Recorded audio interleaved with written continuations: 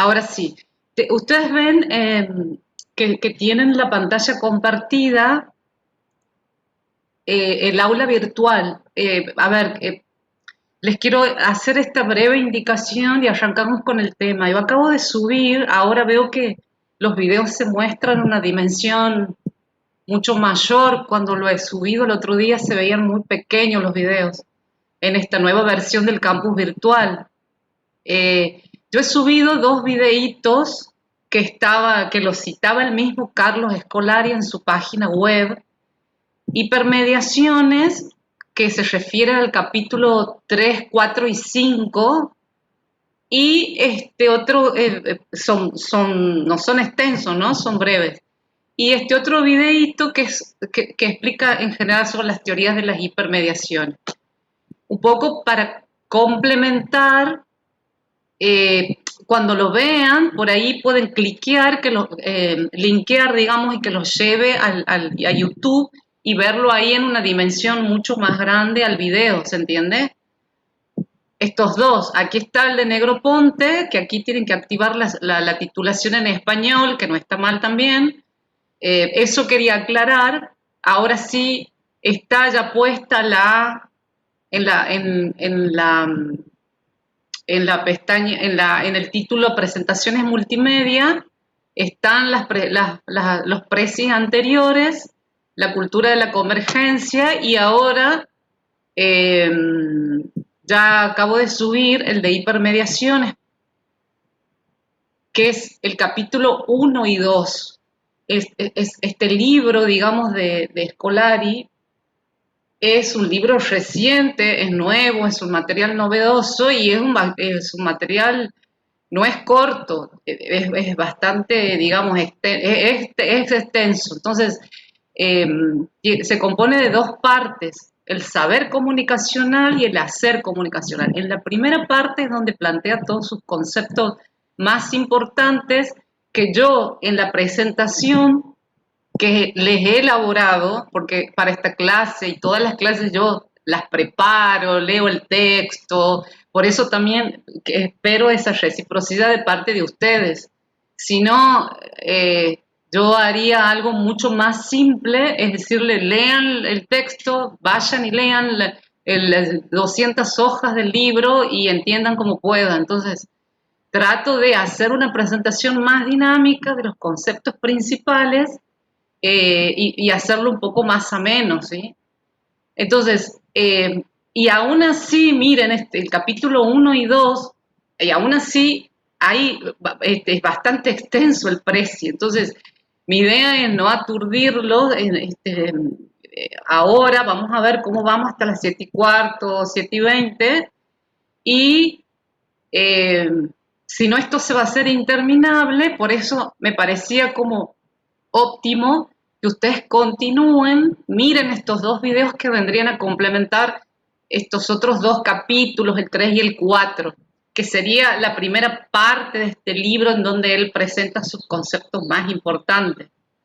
Y eso va a ser como orientador al momento de que ustedes lean, que les pido sí, que una vez que terminemos hoy este encuentro, mañana, empiecen a mirar el material, ¿sí?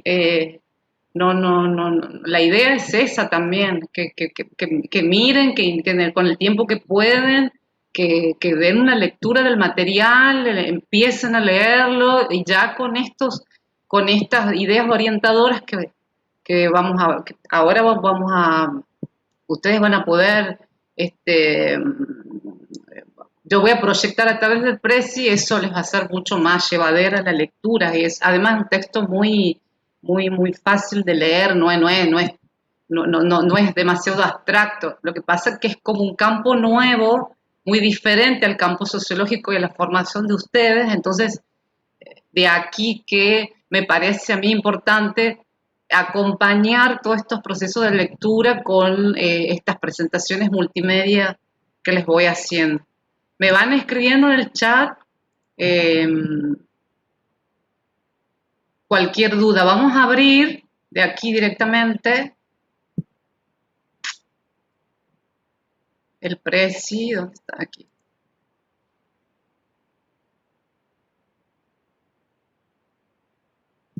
Voy a cerrar el aula. Ah, no, esperen, esperen, voy a pausar la grabación.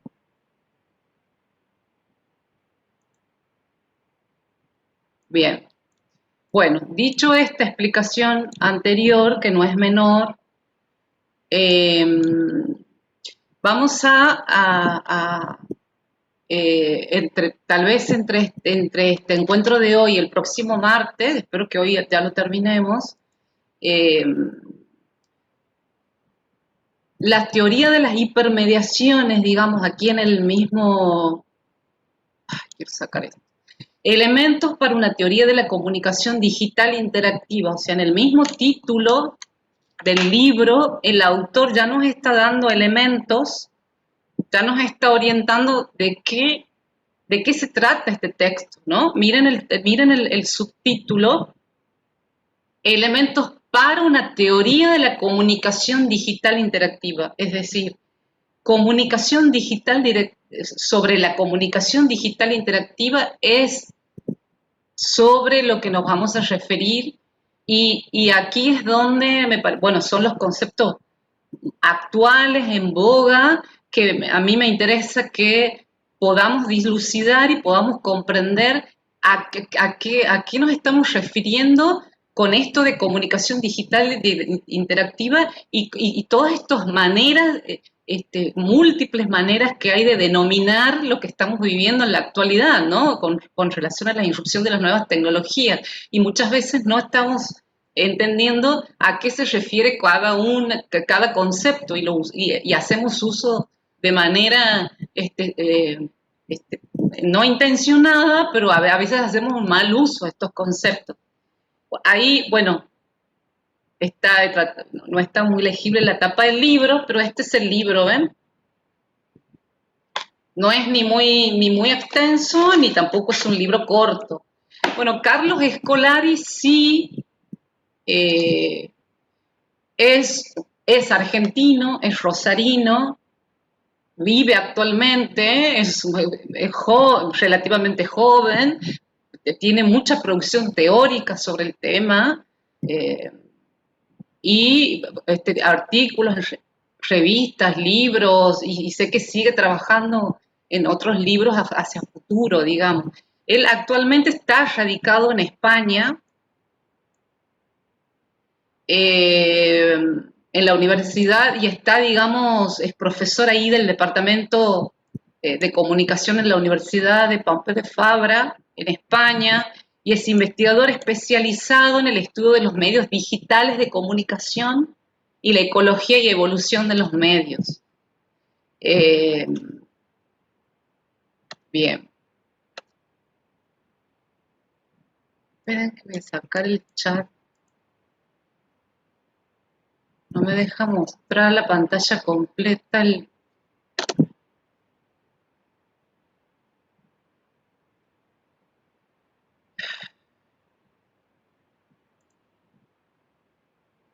No, espera, no me deja mostrar la pantalla completa. No sé por qué. Bueno, miren las burbujas. En las burbujas ustedes los títulos de estas burbujas van mostrando los principales temas que él va abordando en estos dos capítulos. Incluso ustedes, cuando vean en el aula virtual, yo les he hecho una breve descripción, por supuesto, sintéticamente, un resumen muy breve, explicando de qué se trata el texto de Carlos Escolari. Entonces, en líneas generales se divide en dos partes.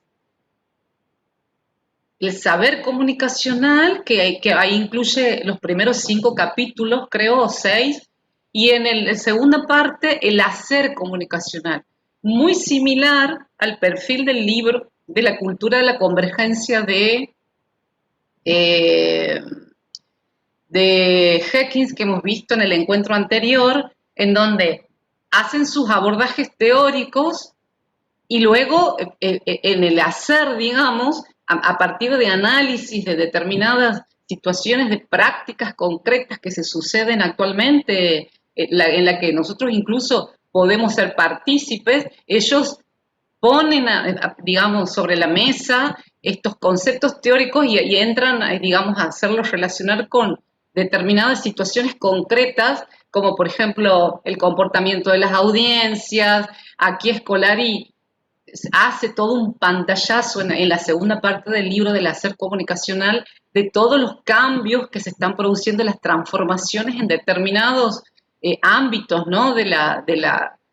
Con la irrupción de las nuevas tecnologías.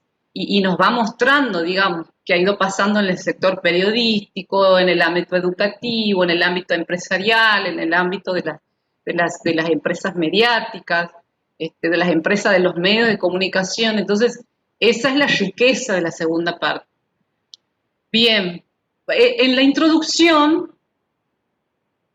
que está interesante, esa introducción no es breve, pero en la introducción él se refiere, digamos, toma posicionamiento en relación a afirmar y a decir que las teorías de la comunicación desde su punto de vista son como un conjunto de conversaciones sobre un determinado tema. Él las denomina de esa manera, o sea, eh, antes de entrar de lleno en el tema, él en este primer capítulo, en la intro y en una primera parte del primer capítulo, necesariamente se refiere, tiene que referirse a lo que ha venido, al estado del arte, digamos, de situación, sobre este mapeo, digamos, hace como un mapeo sobre lo que cómo se ha consolidado o no este campo de las teorías de la comunicación de masas, que incluso nosotros en el capítulo, en la unidad 2, hemos visto así como en líneas generales, pero la propuesta desde la perspectiva de Torrico, ¿sí? Entonces, él no descuida esto, él incluso pone en valor estas teorías, porque, digo, porque eso es lo interesante de su planteo, o sea, antes de comenzar a trabajar sobre su objeto de estudio, que son de qué se trata la comunicación digital interactiva que estamos viviendo actualmente, bueno, antes de focalizarnos en esto, es importante no mirar y recuperar y ver de qué han estado hablando estas teorías de la comunicación. Por eso habla más bien que de conversación. Entonces, en este sentido, él cita a este autor, a Greymans, en donde este autor dice la comunicación solo es una sucesión de malos entendidos, haciendo alusión de que durante décadas, y eso lo hemos visto en la unidad 2, esta disciplina, lejos de consolidarse, más bien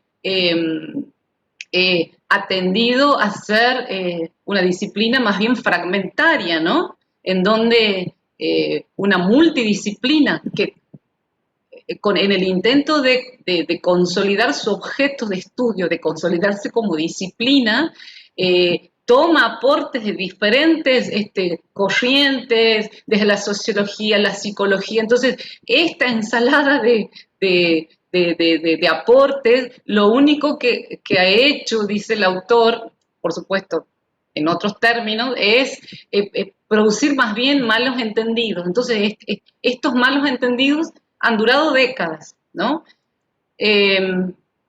Entonces, ¿qué es lo que él afirma? Bueno, en cada definición de comunicación siempre encontramos que hay una metáfora.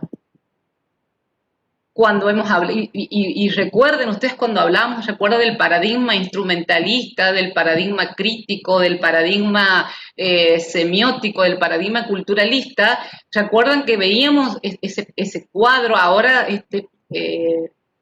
Scolari también nos muestra, nos hace un mapeo de estas teorías en un cuadro muy sintético, y en donde siempre cada teoría y cada paradigma siempre se refería a un objeto, ¿no? A un objeto y a un método, ¿sí? Y siempre lo que observa Scolari, que siempre en cada definición de comunicación ha habido una metáfora, o sea, o en algunas veces la comunicación ha sido un canal, otras veces ha sido un instrumento, otras veces ha sido un proyectil, un contrato, una flecha. Entonces, depende de dónde miremos, o sea, si nos vamos en el tiempo hacia los primeros años, digamos, hacia los años 40, 30, ¿se acuerdan que veíamos desde dónde surge esta perspectiva de comunicación de masas?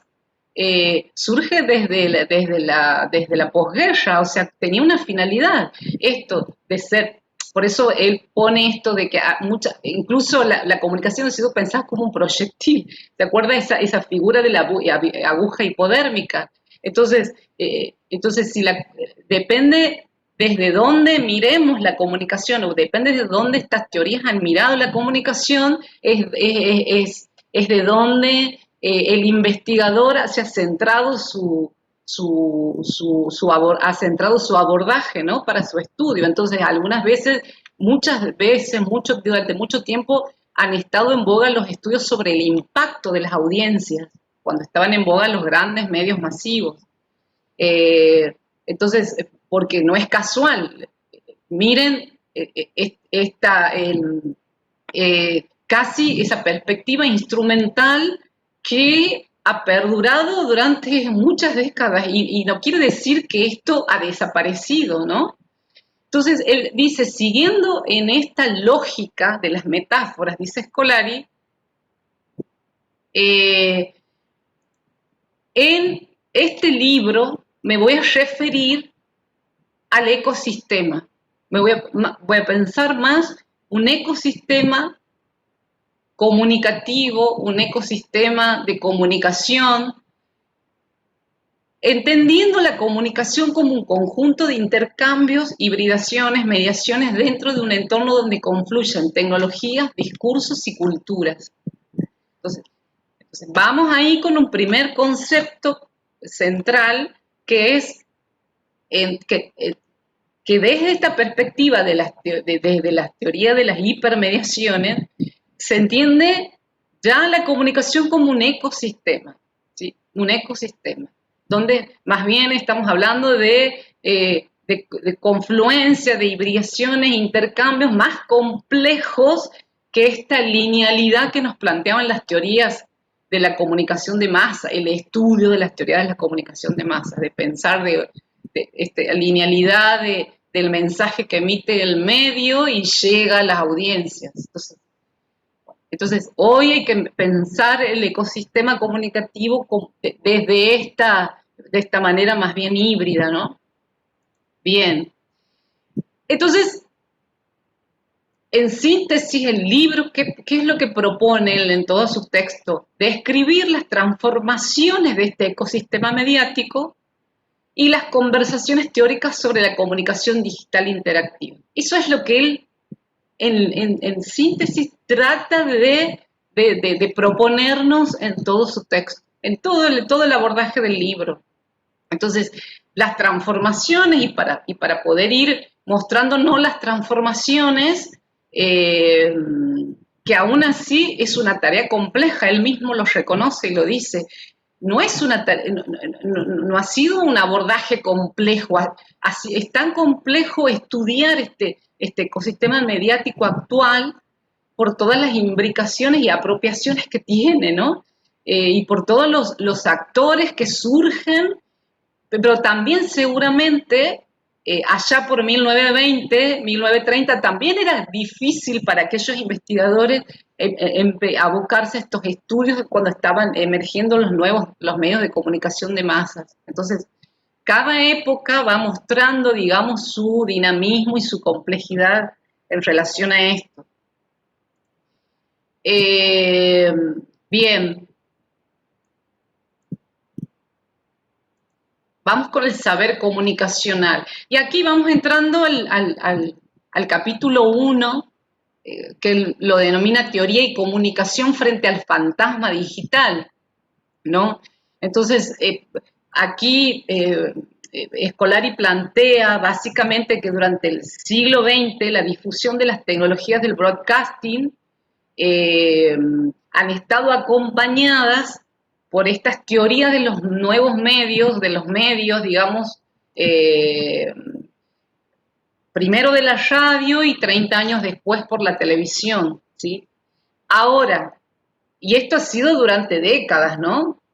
Incluso volvamos sobre el texto de Castel, cuando en una parte veíamos, creo que ahí también tenemos un precio ahí, sobre cómo han ido evolucionando los medios masivos de comunicación, ¿se acuerda? Bueno, a eso nos referimos en la difusión de la tecnología del broadcasting, o sea, cuando los medios de comunicación han sido hegemónicos durante décadas. Bueno, hoy, digamos, eh, en estas últimas décadas, con la aparición de los medios digitales interactivos, el modelo comunicación ya no es este modelo del broadcasting de uno a muchos que planteaban los medios masivos, sino más bien este modelo comunicacional innovador, más bien pensado como redes en donde interactúan usuarios. ¿Se entiende? Miren cómo vamos incorporando nuevos conceptos y él los va incluso clarificando. O sea, ¿a qué se va refiriendo con cada uno de ellos? En el libro yo aquí me he tomado el trabajo de sacarle de ir haciendo he sacado una foto para que ustedes se vayan orientando, pero en una parte del libro, incluso aquí van a ver la página, no me voy a detener en esto, ¿no? Él hace un mapeo muy sintético, porque ustedes van a ver que todos los autores que estudian la comunicación y hacen un abordaje teórico y en fin, siempre ustedes van a ver estas propuestas. Se van a encontrar, hay autores que van a ver ustedes van a ver que puede haber coincidencias, algunos agregan otros elementos en el momento de clasificar estas teorías de la comunicación de masa, pero en general muchos autores vinculados a la comunicación siempre presentan, ¿no? Nosotros con Torrico hemos visto una propuesta, aquí hay un mapeo que lo muestra sintéticamente, ¿sí? A estos paradigmas, incluso, bueno, en la parte gris están los paradigmas, el informacional, el crítico, el empírico analítico, el interpretativo cultural, y qué temas han abordado en fin, va haciendo va presentando y va comparando los elementos más importantes de estos paradigmas, ¿no? Y incluso él aquí en esta otra gráfica, a continuación del primer cuadro, él dice, bueno, estas conversaciones, como él la denomina, todas las teorías de la comunicación, de masas, de comunicación, digamos, él dice, bueno, vamos a organizar las conversaciones en el campo comunicacional. Entonces él muestra este gráfico cómo se entrecruzan, digamos, las teorías de la comunicación de masas, cómo se van entrecruzando una y otras, ¿no? Uno y otros paradigmas, porque recuerdan que veíamos que un paradigma surge siempre, el paradigma siguiente que surge siempre es superador o toma elementos del anterior para ser superador, digamos, o elementos incluso elementos que se critican como negativos, ¿no? Como por ejemplo el primer paradigma, el informacional, digamos que ha sido uno de los primeros paradigmas. A posterior han surgido nuevos autores de otras corrientes que venían a criticar este paradigma informacional y así se fueron construyendo los diferentes enfoques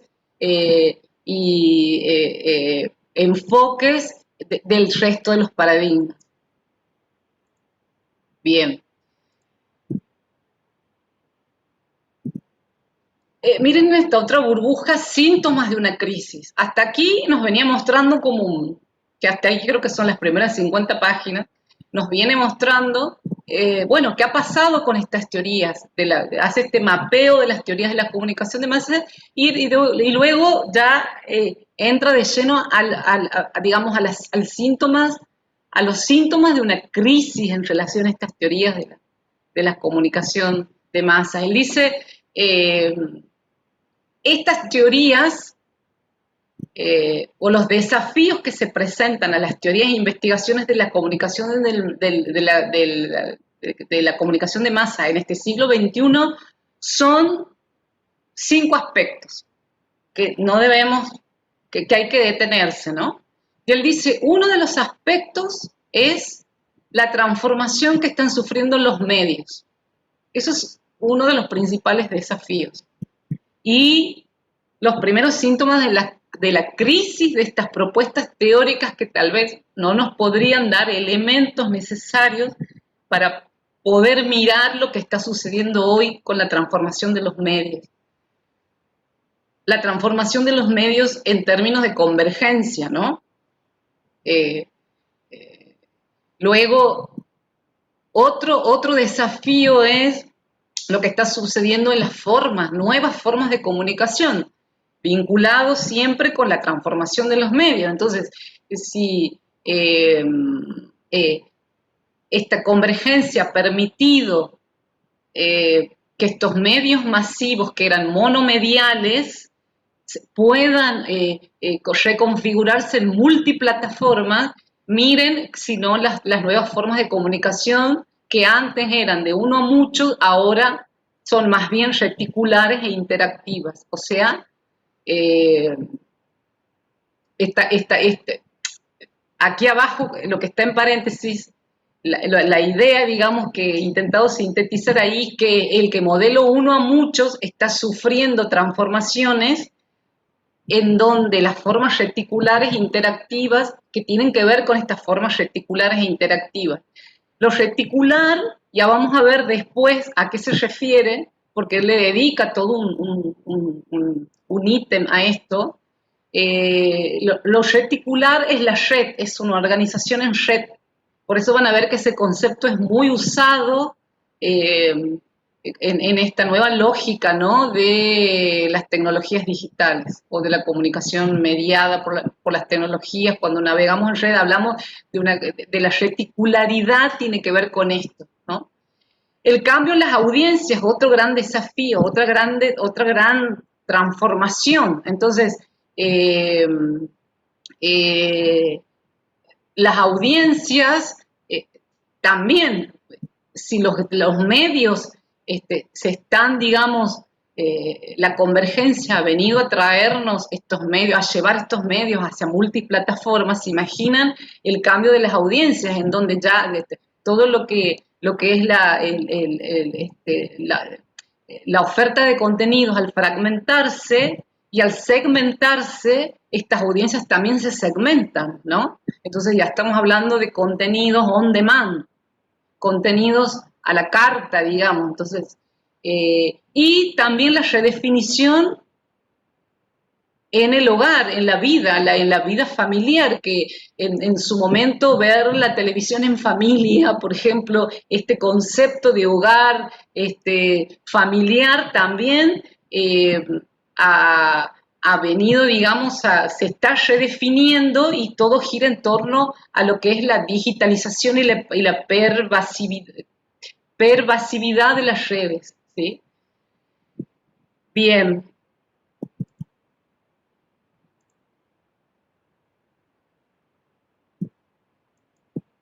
De los nuevos medios a las hipermediaciones.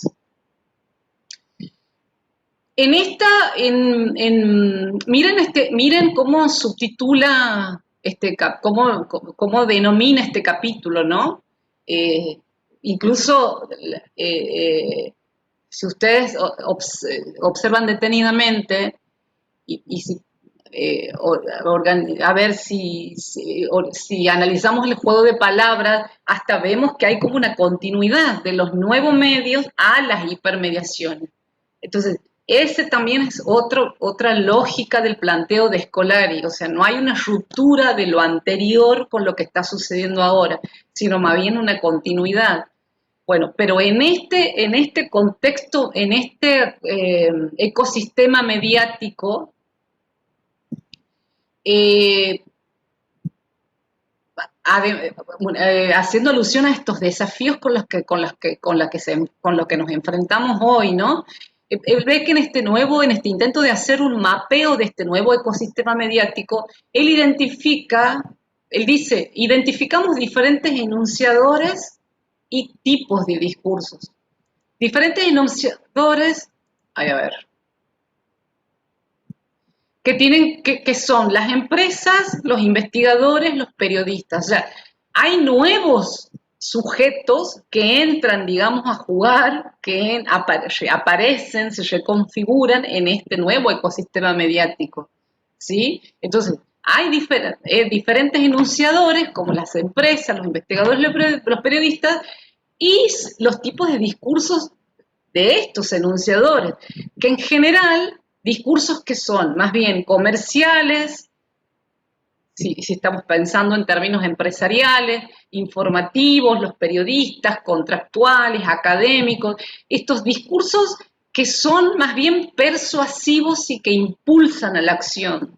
Entonces, que serían más bien nuevas prácticas o nuevos usos de la tecnología. Entonces, ¿por qué él dice que son persuasivos y que impulsan a la acción? Porque en general, y eso creo que a todos nos pasa la sensación esta de que, por ejemplo, en el ámbito empresarial, no sé, al lanzarse un producto nuevo, eso pasa en el sector del informático tecnológico, no sé, al lanzarse un producto nuevo, un software nuevo, ¿cuál es el discurso de los enunciadores en general? Bueno, este software, este programa, esta computadora es lo último de lo último, lo más nuevo, y es recomendable que compremos esta y dejemos de lado y tiremos, ya queda en desuso lo que tenemos, digamos,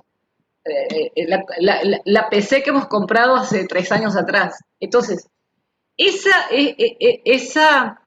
discurso más bien persuasivo de persuadirnos o de referirnos a adoptar nuevas teorías o de comprar el último aparato porque es mucho mejor y tiene mejores facilidades que el anterior. Entonces, en ese sentido, el autor se refiere, bueno, aparecen en este ecosistema mediático diferentes enunciadores y discursos con este tono persuasivo en donde nos están como invadiendo permanentemente, ¿no? Que tienen que ver con esto, con el hacer y con el hacer saber.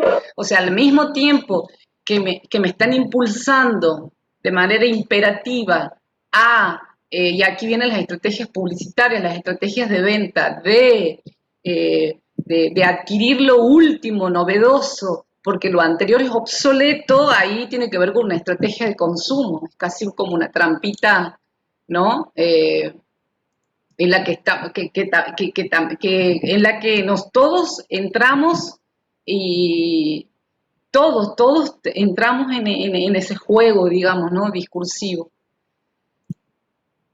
Ay, espera, estoy aquí. Bien. Bueno, ¿de qué hablamos? ¿De qué estamos hablando cuando nos referimos a los nuevos medios? Eh,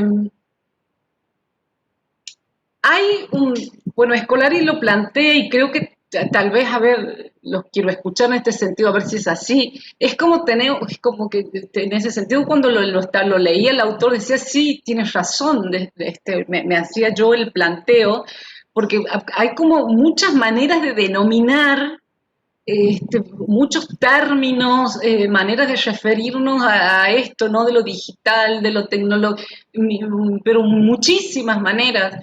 Entonces, bueno, ¿cómo definir esta nueva comunicación? Entonces él dice, hay como un conjunto de rasgos y aquí él nos va poniendo, bueno, de denominar esta nueva comunicación, bueno, nuevos medios, cibermedios, medios interactivos, cibercomunicación, incluso hay autores que, que se refieren, ¿no? A uno de estos, comunicación digital, e-comunicación, ya vamos a ver de qué se trata esto, el empleo de la, de la E en los términos, que tiene que estar muy vinculado con el periodismo digital, ¿no? Con el surgimiento del periodismo digital. Y, bueno, nuevas tecnologías también, ¿sí? Entonces, eh, lo que el autor dice, bueno, el concepto de nuevo medio o nuevas tecnologías han sido conceptos, son conceptos muy frágiles actualmente.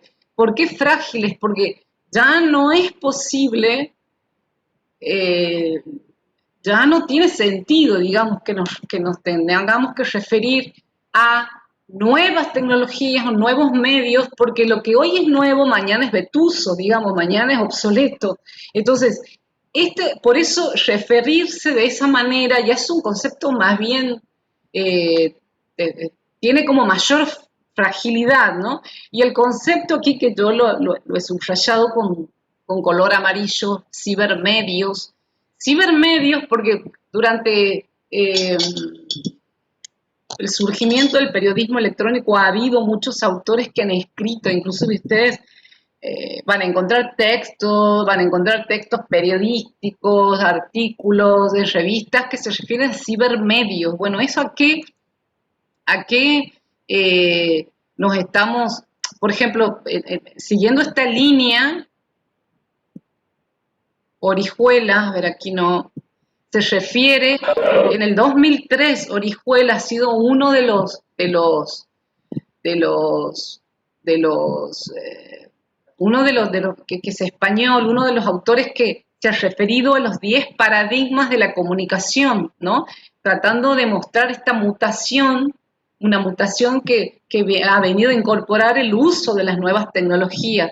Pero básicamente estos 10 paradigmas del que se refiere Orihuela, los 10 paradigmas de la e-comunicación, más bien él allá en el 2003, miren, ya ha pasado unos cuantos años, eh, se refería más bien pensando en el auge del periodismo electrónico, ¿sí?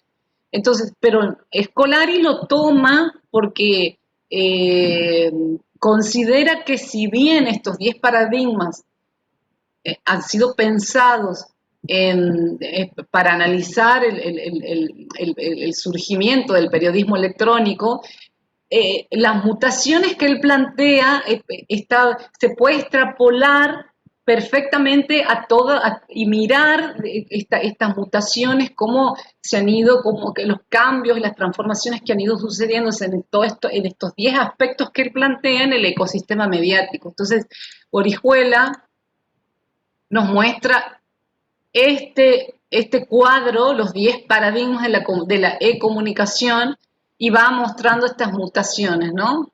Bueno, ¿qué ha pasado? ¿Cómo ha ido mutando, se ha ido transformando este cambio de audiencia a usuarios, de medios a contenidos, de monomedia a multimedia, de escasez a abundancia, de periodicidad a tiempo real, de distribución a acceso, de unidireccionalidad a interactividad, de lineal a hiperactivo, en fin, este cuadro es del libro, ¿no? Todas las figuras, las imágenes que vean escaneadas son que están, son las escolar y a través de una elaboración propia las muestra en su libro. Bien, hasta aquí, pero voy a pausar esto. Lo que mueren no son los contenidos, sino que lo que mueren son las herramientas. En este sentido, al haber aquí en este, digamos, estos actores persuasivos en las cuales, digamos, de alguna manera están firmando el acta de difusión de las herramientas actuales para que así, digamos, el usuario tienda a comprar los nuevos aparatos. Exactamente, es una estrategia puramente empresarial. Y en esa trampa entramos todos. Es una trampa de manera inteligente que entramos todos. Digo, esto ya relaciona a las nuevas configuraciones eh, miren si ya las nuevas tecnologías trae, nos pone a todos, nos atraviesa, digamos, estas transformaciones que se producen y nuevas configuraciones en lo cultural, en nuestras percepciones, y aún así en esto, ¿no? En el plano material. O sea, nos incitan, nos seducen a que compremos el último aparato. Y tal vez el último aparato, esto tiene que ver, el último aparato tal vez no es tan obsoleto, o sea, tal vez tiene una vida, puede tener una vida útil durante más tiempo, pero estas estrategias, incluso como también en estas nuevas transformaciones, las empresas, digamos, como las estrategias publicitarias también se han reconfigurado, o sea, ya el bombardeo publicitario no es a través de la televisión, sino a través de las redes. O sea, tenemos como mu- otros filtros por el cual somos seducidos. No sé, ustedes han visto las publicidades en YouTube. Esa es otra estrategia que es la que tiene mayor impacto actualmente. Eso está clarísimo. Las publicidades, cuando nosotros navegamos en YouTube, incluso en cualquier página, ¿no? En YouTube o en cualquier sitio que estemos navegando, vamos a ver estrategias publicitarias o banners que se aparecen en nuestra pantalla, o entre nota y nota una publicidad de lo que fuere, digamos. Los anunciantes están invirtiendo en que sus productos sean publicados en las redes, en los sitios web de los grandes diarios, en los sitios más leídos, por eso es que importa tanto esto de que mi sitio ganar mayor seguidores, mayor anunciantes, eso lo vamos a entender mejor con con la cultura de la conectividad. Vamos ahí a entrarnos de lleno a lo que ha pasado con las redes sociales. Pero está bien el aporte que has hecho. O sea, es así, está bueno porque como sociólogo no, tenemos que tomarnos esta atribución de de vincular incluso, ¿no? De hacer cruzamientos con los aportes con los aportes teóricos de otros autores, incluso desde otros enfoques, capaz que totalmente diferentes, a ver cómo vamos nosotros relacionando y tal vez para poder complejizar, ¿no? El análisis de la mirada de lo comunicación, de este ecosistema mediático, para ir incorporando los términos de Scolari que me encanta, que es como él lo denomina, o sea, tomar esa metáfora está bueno, hablar del ecosistema mediático, o sea, está bueno. Entonces, es un término que él nos invita a adoptarlo, eh, y incluso para poder ordenar, digamos, y enriquecer nuestro lenguaje, ¿no? Bien, estábamos.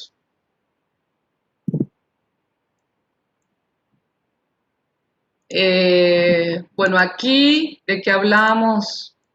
Pasemos aquí.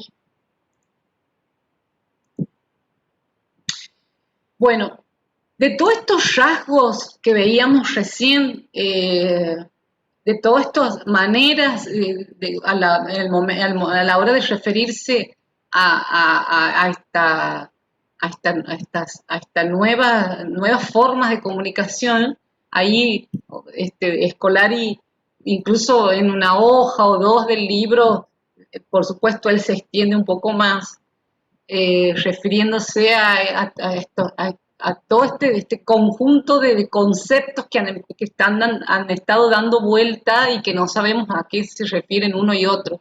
Pero él dice, ¿cuáles de todas estas, ahí le faltó la son las propiedades que diferencian a las nuevas formas de comunicación de las tradicionales? De todo eso que se habla.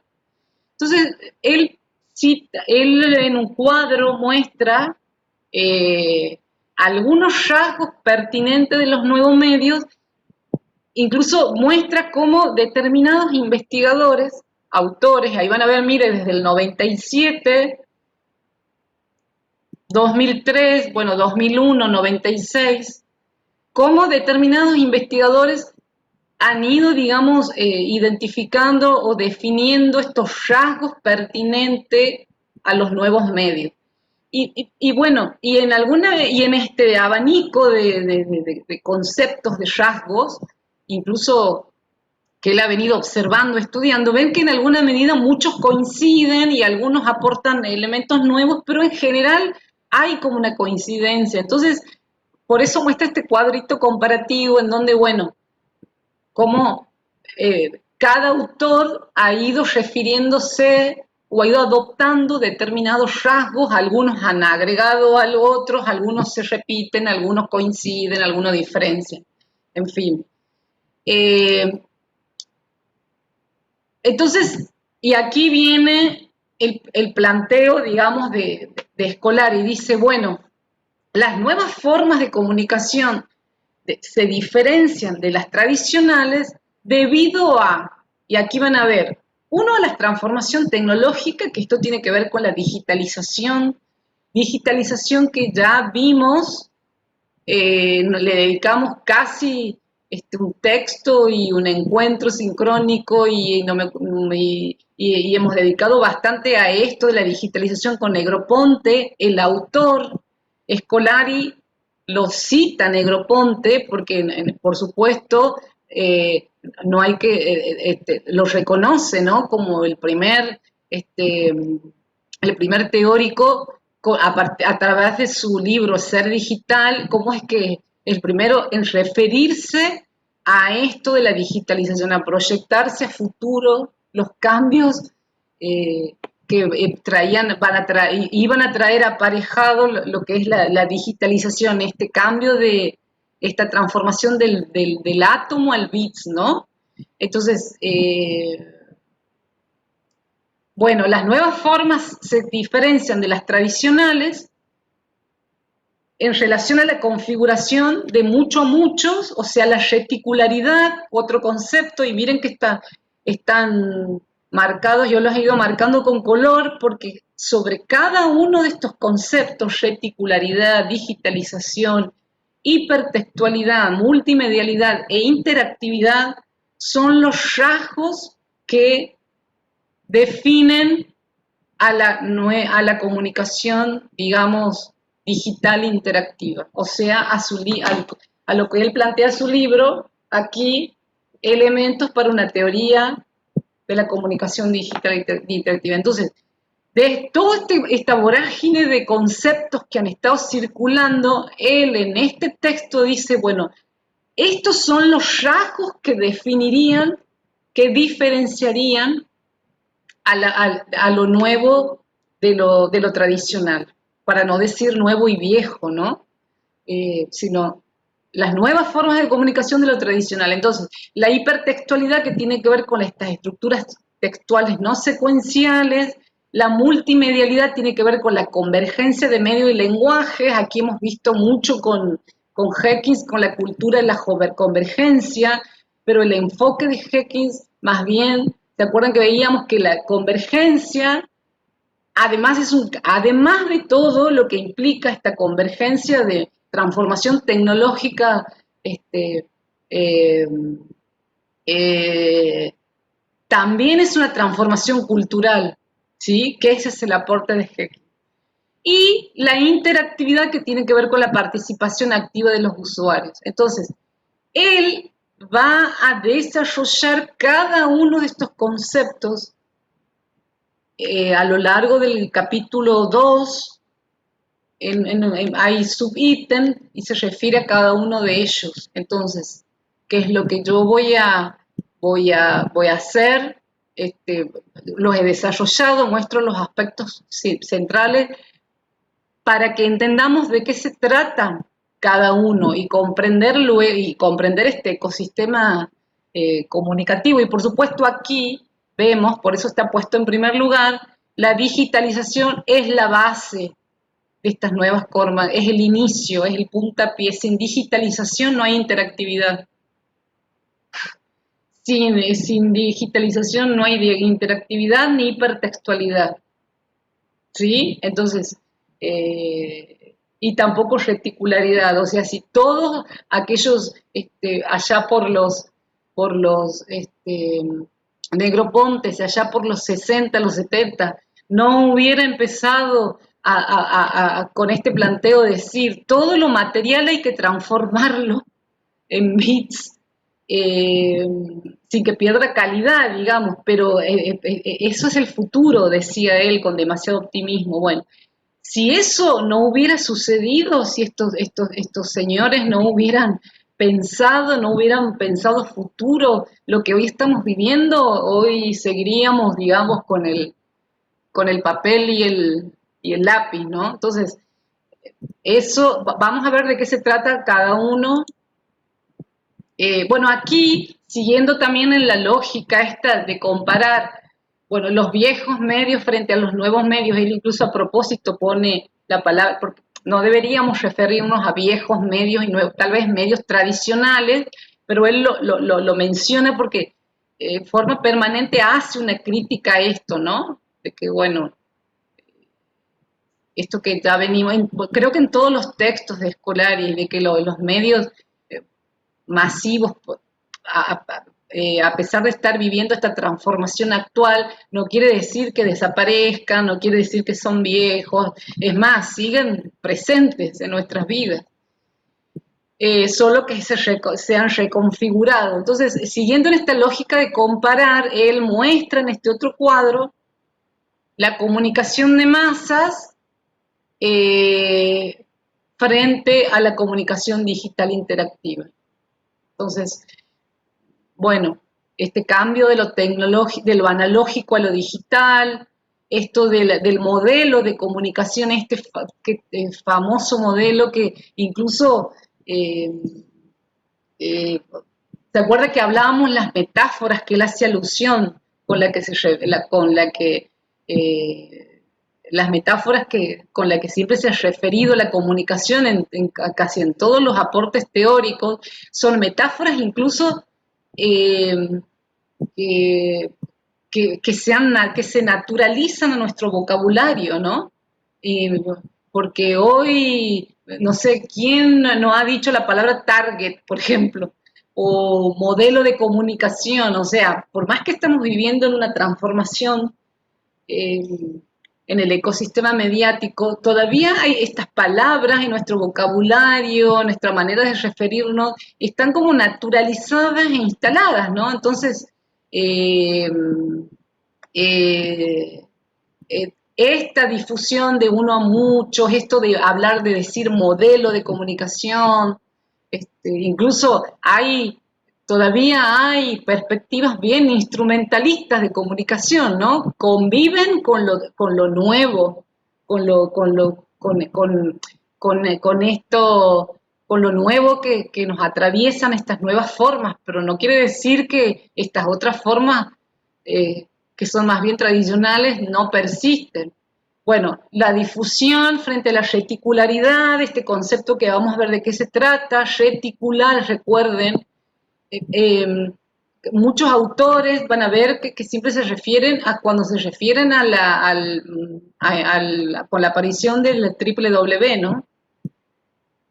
Bueno, la secuencialidad versus la hipertextualidad, o sea, la monomedialidad, o sea, un medio frente a la multimedialidad, la pasividad frente a la interactividad que tiene que ver con la configuración, la transformación en las audiencias, ¿no? En el perfil del usuario, más que nada. Bueno, vamos ahora a ver cada uno de estos conceptos. Esto vamos a empezar con la digitalización, por supuesto, de manera sintética. Ya con Negroponte tenemos bastante ahí, pero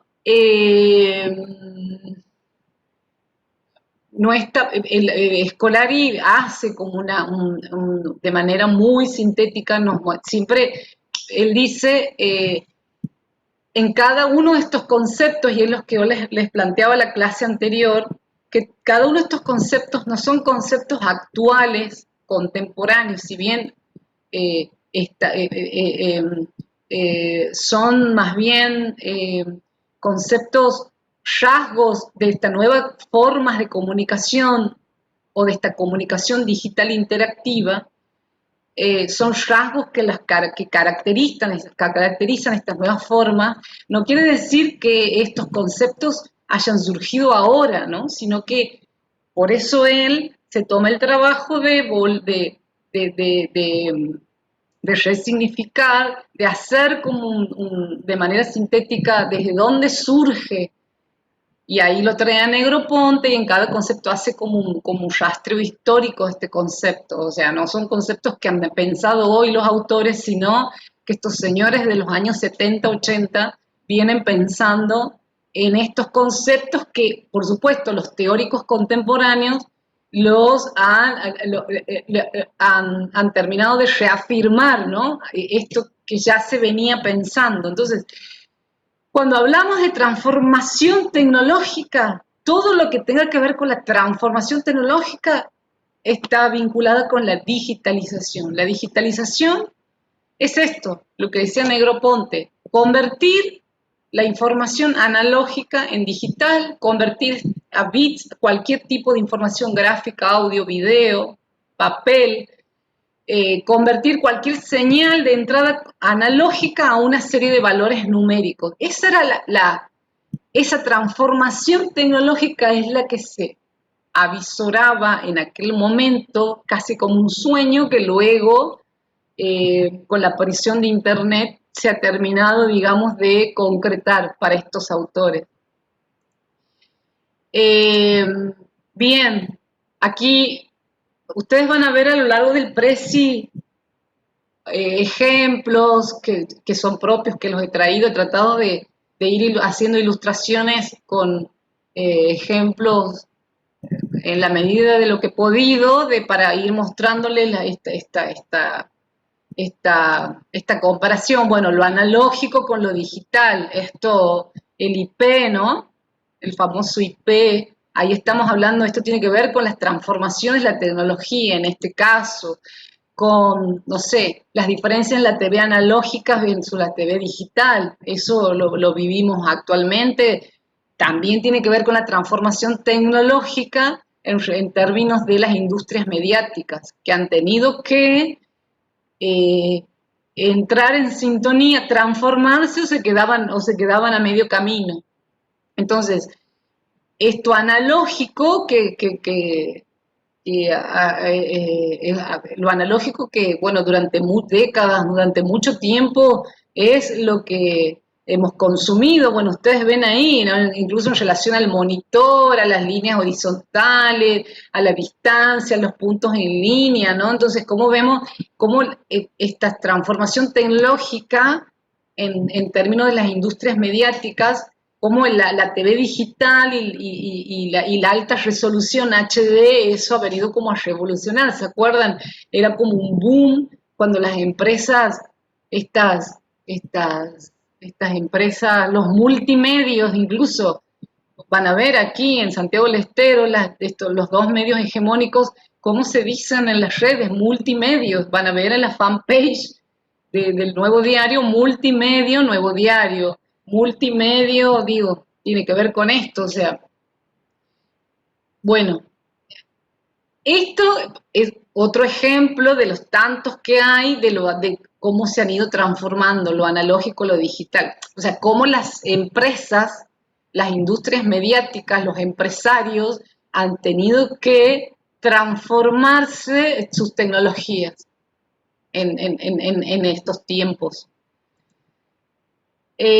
Bueno, la televisión analógica, un programa de canal, digamos, como servicio, el teletexto como servicio interactivo.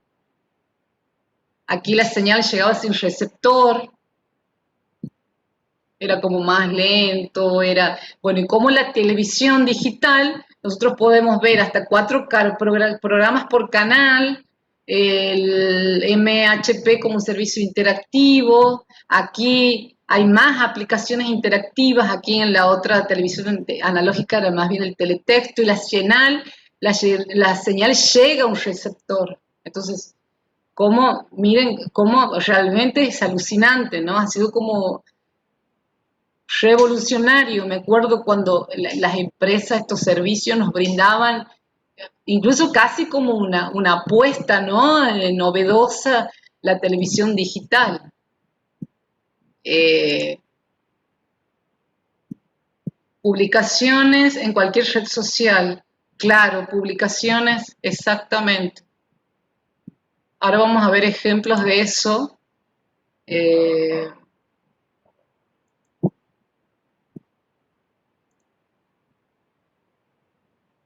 bueno, por supuesto, lo tenía que citar a Negroponte y esto lo cita Scolari, ¿no? O sea, Negroponte, por eso está intercomillado, él trae una cita del autor en donde, bueno, Negroponte decía esto en aquellos años: un bit no tiene color, tamaño ni peso y viaja a la velocidad de la luz, es el elemento más pequeño del ADN. DNA es como la sigla en inglés, ¿no? Que también es correcto, pasa que en castellano nosotros le decimos ADN, es el pequeño ADN de la información. Entonces, la conversión de los textos en un formato digital, bueno, esto Negroponte en su libro, a lo largo de su libro, nos habla de las bondades y las ventajas de esto, porque nos facilita no solo la reproducción sin pérdida de calidad, la fragmentación, manipulación, combinación y recomposición de los elementos. O sea, eh, a ver aquí. Claro, en la industria musical es muy utilizado el término digitalización. Claro, las pistas de audio, está bien, que son subidas, ripiadas en formato MP3, exactamente.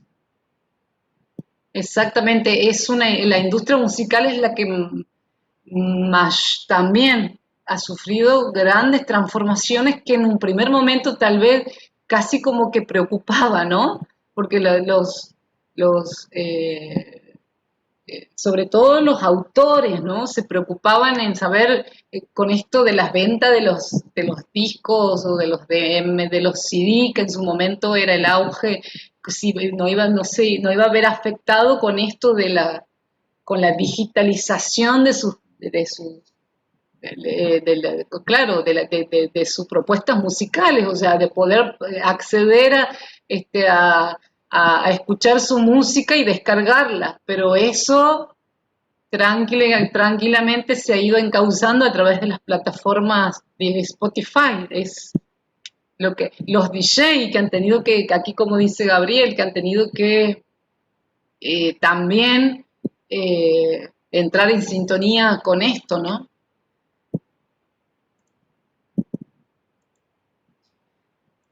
Bueno, entonces, sin digitalización, por eso eh, la lo primero que aborda y siempre lo reitera Scolari es esto: sin digitalización no tendríamos hipertexto ni interacción, o sea, es la base. Y toda la comunicación mediatizada es digital, toda. Entonces, la digitalización, eso es la base, por eso el autor habla la manera correcta de referirnos a cuando nos referimos a comunicación. Hoy, él en su libro dice, debemos denominarla como comunicación digital interactiva.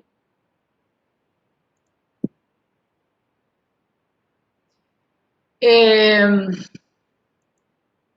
bueno, hipertextualidades. Esto que tiene que ver con el hipertexto. O sea, hace un rastreo. A ver, bueno, la hipertextualidad, cuando la hipertextualidad, eh, aquí también se remonta, miren, a 1945, porque para poder hablar de hipertextualidad hay que rastrear el concepto de hipertexto. Esto ha surgido del hipertexto y miren, miren desde dónde viene.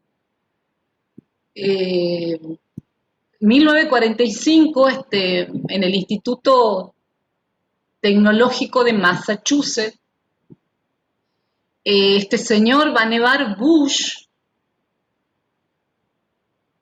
él comienza, digamos, empieza a hacer a investigar sobre esto y empieza a hacer sus primeras, digamos, afirmaciones, a decir que, a descartar para este autor, ¿no? Dice, hay que descartar, a ver, creo que ahí me acerco, hay que descartar las formas lineales o jerárquicas de cómo se organiza la información. Esta linealidad, él ya empezaba en 1945, miren, esto es lo más loco de esto, él ya tenía como claridad que estas formas lineal y jerárquica había que descartarlas, que había otra forma mucho más dinámica que esta linealidad, por artificiosa, y tenía un porqué esto, de porque la mente humana funciona por asociación, la mente nuestra no funciona de manera lineal. ¿Por qué? Porque cuando nuestro cerebro, la mente capta capta algo que nos interesa, capta información, ahí se producen saltos de informaciones en las que vamos relacionando. O sea, hay una asociación de ideas conforme una red que interconecta. Esto en relación a cómo funciona nuestra mente, ¿no? Nuestro cerebro. Y esta es una selección por asociación, no por clasificación. Entonces, bueno, a ver, aquí les muestro así funcionaría nuestra mente, nuestro cerebro. Entonces, no es que vamos clasificando, sino, miren, captamos algo y vamos haciendo asociaciones. Bueno, este señor afirmaba esto.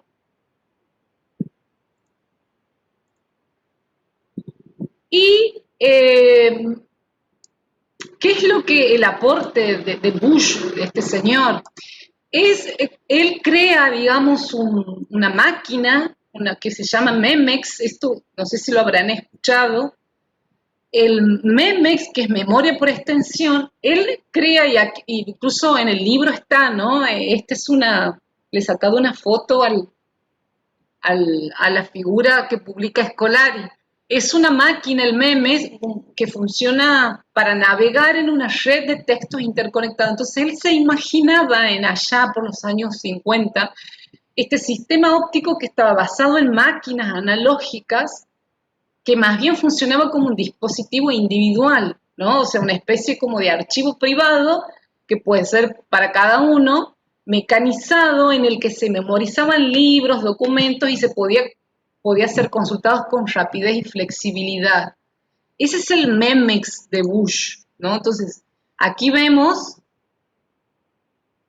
de Vannevar Bush. Vemos cómo, por eso es una máquina en donde mecanizada, como que le incorporaban info y nos mostraba después, en función de las necesidades, la info la iba interconectando. Este es como el primer experimento, la primera idea de hipertexto. Viene de este señor y miren, en 1945, en agosto, él lo publica. Tomando estos aportes de Bush, Ted Nelson, unos años después, 10, 20 años después, es el que realmente, digamos, bueno, Scolari dice, con los aportes de Bush, con el Memes, la idea de hipertexto está servida. Y bueno, tenías razón, porque Ted Nelson, años después, ya no crea un sistema, este es el sistema Xanadu, que lo denomina él, ya no es un sistema, una máquina que funciona mecanizada, que funciona de manera interconectada, sino ya Ted Nelson piensa en un sistema para la gestión de redes textuales, ¿sí? Entonces, Aquí lo que Ted Nelson en 1965, miren, ¿no? Todavía estamos allá lejos. Lo que Ted Nelson ya empieza a vislumbrar, es como el paso anterior a la creación, a lo que hoy conocemos por la red de Internet. Estos son este es el inicio, estos dos señores han sido los que han ideado este sistema que luego se ha hecho realidad con Internet. Entonces, Ted Nelson ya no pensaba una máquina, pensaba un sistema de archivo universal, Internet después, digamos, una red mundial de enlaces entre documentos que iban a estar en evolución, que incorporaba constantemente nuevos textos y conexiones. O sea, el hipertexto existe solo y en tanto es parte de una red infinita. Entonces, aquí vemos. Y bueno, Ted Nelson ha sido el que ha creado el término hipertexto para el desarrollo del Xanadu. De aquí viene el término hipertexto y ya se imaginaba esta red mundial, ¿no? Esta red interconectada, que luego vendría a ser Internet. Bien.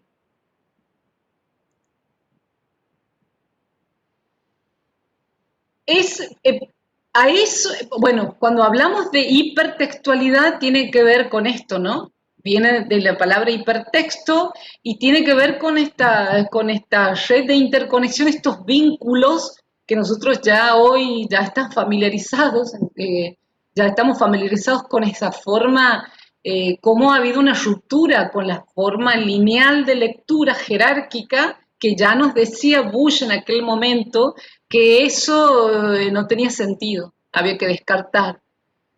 Entonces, la manera en cómo linkeamos y esta hipertextualidad, la manera en cómo linkeamos y esta hipertextualidad y cómo navegamos en la red son nuestras formas de abordar, digamos, la lectura, o sea, la dinamicidad que ha incorporado esto, incluso en el ámbito educativo hay muchísimo material que ha llevado a analizar, porque incluso ha venido a poner en crisis hasta el sistema educativo, justamente por esto, ¿no? O sea, cómo ir incorporando estas formas de lectura más hipertextual y no tanto lineal. Eh, bien, aquí, a ver, quiero que vean esto, en esta burbuja, reticularidad e interactividad, o sea, ya hemos visto lo que es digitalización, hipertextualidades, reticularidad e interactividad, porque van de la mano esto la organización reticular, esta organización en red que nos propone este sistema, ¿no? Con la aparición del triple W, por supuesto que trae de la mano lo que es la interactividad. Entonces, vamos a ver esto junto. La reticularidad es esto, o sea, yo aquí les he puesto una imagen de fondo que es cómo se vería Internet, que esto es real. Si uno pone reticularidad en Google, en imágenes, les va a salir, digamos, este sería eh, el sistema de Ted Nelson hoy, digamos, llevado a la práctica, ¿no? Con la aparición de Internet. O sea, miren, por eso uno de los rasgos que caracteriza esta nueva forma de comunicación es lo reticular, es esta transmisión de información por medio de un tejido en forma de red. Es así como está configurada esta red mundial, ¿no? Entonces es la configuración de muchos a muchos, muchos a muchos, muchos, muchos, muchos, miren, es infinito, es un tejido en forma de red, transmite información de manera colectiva y muy diferente al de broadcasting del modelo uno a muchos. O sea, con el wikis primero y con el blogs, decimos que ahí ha habido como, podemos hablar de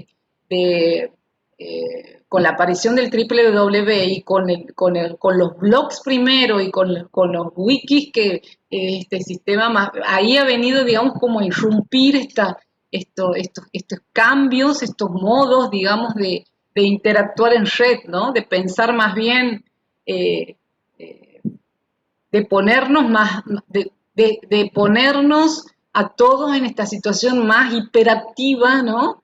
De participación incluso en los cambios en este rol de consumidor, de productor, consumidor. O sea, bueno, la red de usuarios, aquí está, se lo ve mejor. La reticularidad es esto, esta característica de la comunicación digital interactiva, que es reticular, tiene que ver con esto, con la red de usuarios interactuando entre sí, mediatizados por documentos compartidos y dispositivos de comunicación. Entonces, miren esa red, ¿no? Mundial. Todos interactuamos en esa vorágine. Interactuamos, estamos mediatizados por documentos que compartimos, a través de dispositivos que usamos. Bien,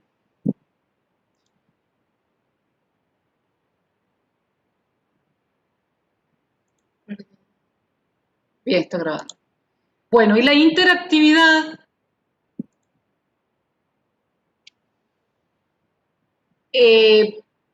Scolari lo plantea, bueno, la interactividad tiene que ver con el usuario, ¿no? Aquí viene como a potenciar, va a potenciar el rol del usuario, eh, rol que estaba como desdibujado, incluso en la lógica broadcasting, el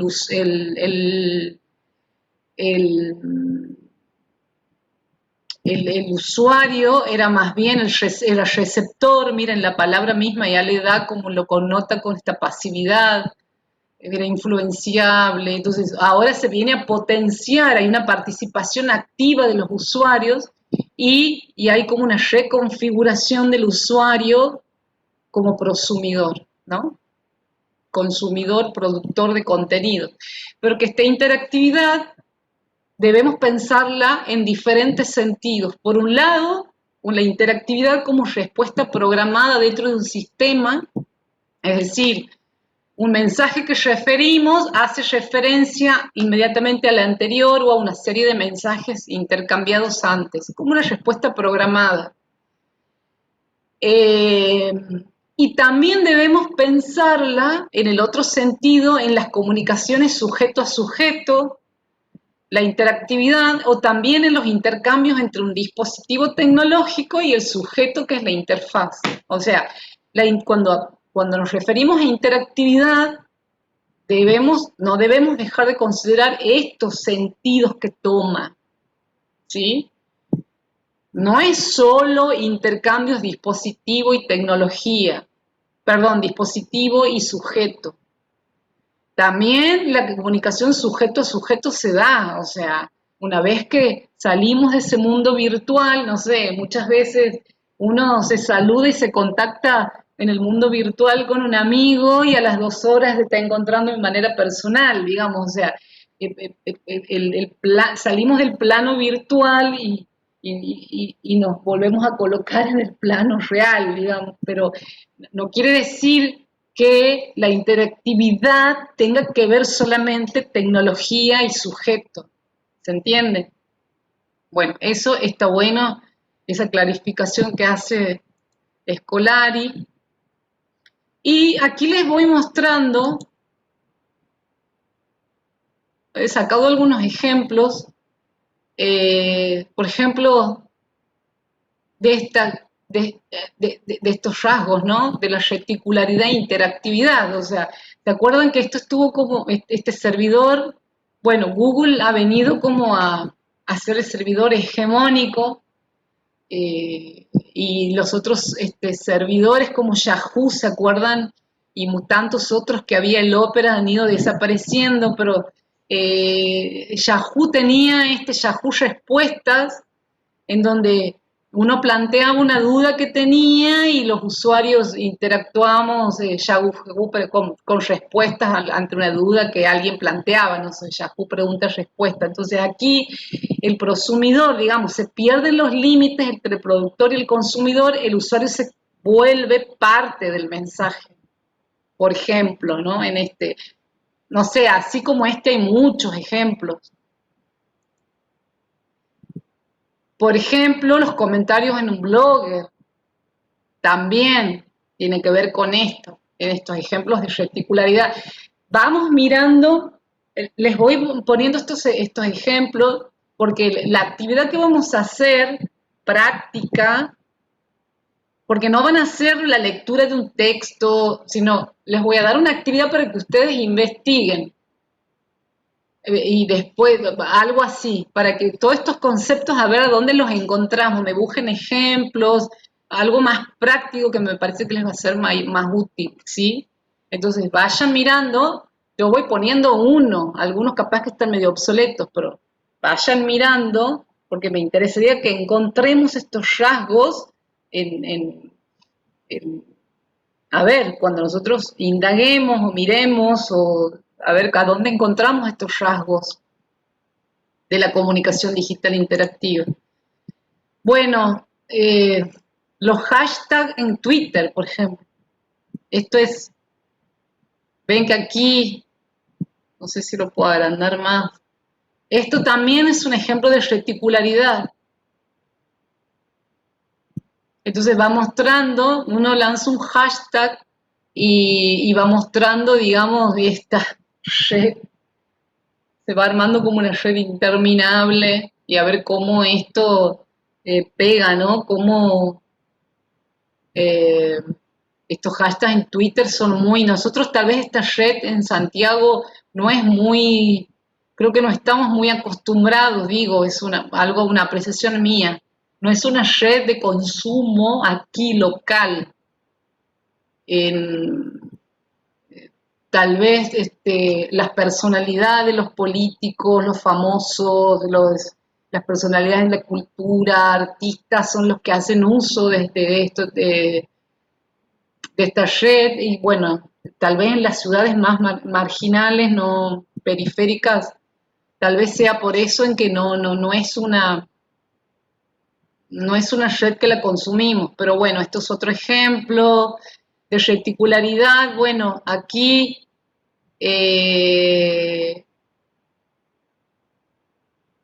una red de profesionales que maximiza las oportunidades laborales, LinkedIn, no sé si la conocen, si tienen ahí un perfil profesional, es una red que antes, a ver aquí, los tweets con citas, ajá, los me gusta, los comentarios que generan una ida y vuelta, exactamente. Eso también van a ver aunque he estado viendo ahora, por ejemplo, bueno, ahí está otra estrategia de captación de usuarios. En Clarín, por ejemplo, en los diarios digitales, en Clarín, en La Nación, Ustedes han visto que uno podía comentar las notas. Bueno, hoy ya no podemos comentar las notas, pero porque nos tenemos que suscribir antes para poder crear un perfil de registrar un usuario, pagar por supuesto, que no es mucho, para poder comentar las notas. Entonces, eso me parece que esto es como de ahora, lo he notado ahora 20 días. Entonces, también, ahí, claro, ¿no? Las industrias mediáticas están pensando qué estrategias usar para que los lectores, nosotros los usuarios, podamos suscribirnos y abonar porque seguía siendo como un servicio gratuito. Imagínense, esa plataforma de los diarios digitales es toda una inversión y todo un recurso humano que se paga para poder tener las web de los diarios al día, ¿no? Entonces, necesitan tener como que eso se monetice en suscriptores. Bueno, estoy viendo que quitando la posibilidad de los comentarios, por ejemplo, en las noticias, que es lo que más hacemos todos los, los usuarios. Bueno, LinkedIn es otra red y así hay muchas redes, no sé, Mercado Libre, bolsas de compra, muchas redes profesionales, los grupos que se encuentran no sé, podemos pensar, ver y referirnos a muchos de ellos. A ver, ¿qué más tengo aquí? Bueno, por ejemplo, Disney Latino, juegos y diseño también. Ustedes van a ver cómo esto también se ha reconfigurado, ¿no? Clarín lo viene. Claro, lo que pasa es que ahora, no, sí podías comentar, en Clarín vos podías comentar registrando tu usuario y contraseña, pero ahora te pide que te suscribas y pagues mensualmente una membresía para poder hacer ese comentario. El sistema de suscripciones, claro. Ahora esa suscripción está monetizada. Bueno, algo así. Incluso también hay como una limitación de que el resto que no está suscrito, o sea, no ha pagado, no puede ver los comentarios. Entonces, ahí se genera como que me parece que muchas veces entramos a las notas para leer los comentarios. Y bueno, las estrategias de los medios están viendo que por dónde restringirnos para poder suscribirnos, qué sé yo. Claro, el premio, exactamente, a eso tendemos, ¿no? Bueno, interactividad de esto encontramos muchísimos, o sea, muchísimos sitios, creo que todos están ya en la lógica esta, ¿no? De la, interactuar en las web, nos dan opciones de juegos, bueno, indicaciones para el jugador en Disney Latino, Nintendo Wii también otra forma de interactuar. Otro ejemplo, el teléfono móvil con acceso a internet, esto también es decir, esto es como también los teléfonos de alta gama, por ejemplo, que son carísimos, pero bueno, hoy tener un teléfono de alta gama, creo que todos invierten en tener un teléfono de alta gama, o sea, tal vez nos resistíamos en su momento porque decíamos solamente quiero un teléfono para conectarme, para hablar, para escribir. Eso es lo que yo pensaba también, ¿no? Decía, bueno, para tener WhatsApp y después ya no.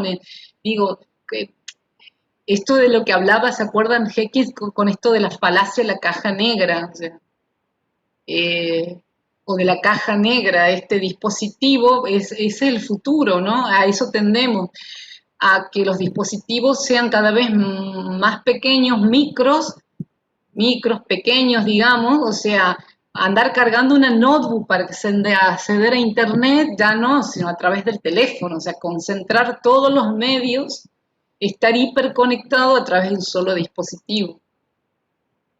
Reticularidad, bueno, el lugar de encuentro, ven esto también, el tema de las marcas, esto también, ¿ves? Ustedes ven también cómo el eslogan de las empresas, cómo también van cambiando y van en términos de esto de la seducción, ¿no? Que planteamos al principio, que planteaba Escolari, o sea, y van a ver cómo las marcas también van cambiando esta lógica, ven, en el BlackBerry, en la página oficial, es un lugar de encuentro porque hay momentos en la vida que son para compartirlos, compártelos con BB. Bueno. El diseño, otra forma de interactividad, todos los diseños de plantillas, de todas las de Canva, ahora esta manera de presentar contenidos, los Prezi, cómo esto también trae acarreado que para poder hacer uso de estas presentaciones multimedia y sean más interactivas, más modernas, más dinámicas, también uno tiene que incorporar nuevas competencias tecnológicas, ¿no? O sea, sí, están las herramientas, pero tengo que saber usarlas. ahí vamos a ver que este ecosistema mediático no es uniforme y homogéneo para todos. Es muy fragmentado, es casi dispar. Hay algunos aspectos que están más desarrollados que otros, pero hay algunos aspectos en donde el usuario, por más que es consumidor, no, por ejemplo, en las producciones multimedia, hay usuarios que no pueden, eh, todavía está en manos de los profesionales, de los que saben manejar o los que tienen más competencia, conocimiento en esto, ¿no? O sea, ahí viene otra brecha. Bien, bueno, a ver, sigamos 10 minutos más.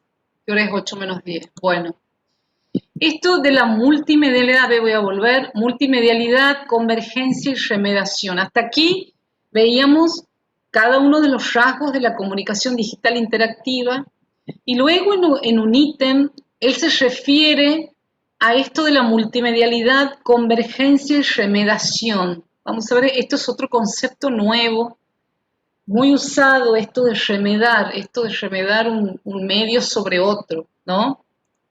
Bueno, la multimedialidad eh, también pasa lo mismo que los otros conceptos. Eh, la gran difusión cuando hablamos de multimedio ha tenido una gran difusión en los años 90 cuando surge la irrupción de Internet, de www, y cuando el CD-ROOM ha sido el soporte ideal para combinar lenguajes. Entonces, allá en los años 90, un poco más tal vez aquí en Latinoamérica, pero cuando estaba el auge de los CD, ahí este concepto de multimedia tenía gran difusión y era un concepto acorde, ¿no? Pero Scolari dice, hoy, actualmente, hablar de multimedio, de multimedialidad, es un concepto que se ha ido desgastando y ha ido perdiendo valor teórico. Entonces, el concepto para referirnos a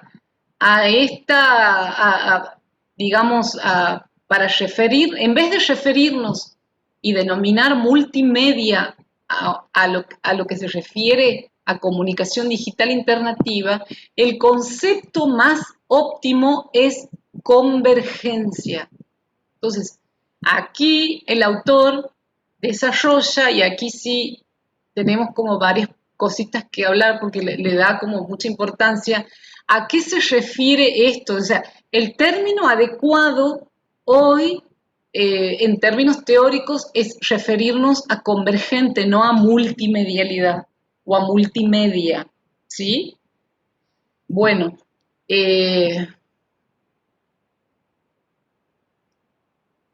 a ver, esperen, voy a detener. Para no cortar esto,